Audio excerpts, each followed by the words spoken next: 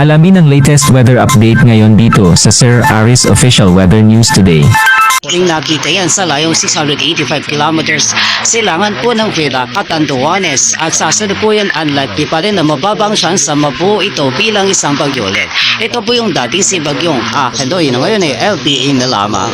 Sa salukuyan wala rin po itong epekto sa nung bahagi na ating kalupaan. Makikita nga po natin may kalayuan yan sa landmass natin although nasa loob siya ng par, wala po siyang direktang epekto sa ating in terms of mga pagulan o kahit sa hangin.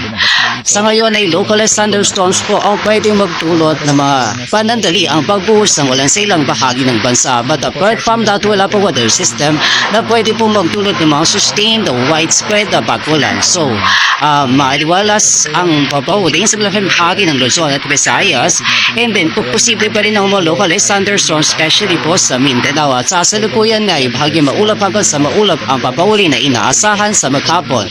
At dahil dyan mainit at balisang panahon pa rin ang pwede pong maranasan na ating mga kababayan sa malaking bahagi ng ating kapuluan. Ito bilang isang ganap na bagyo. Ngayong araw makakaranas ang Metro Manila at malaking bahagi ng bansa ng po sa ating lahat. Narito ng pinaka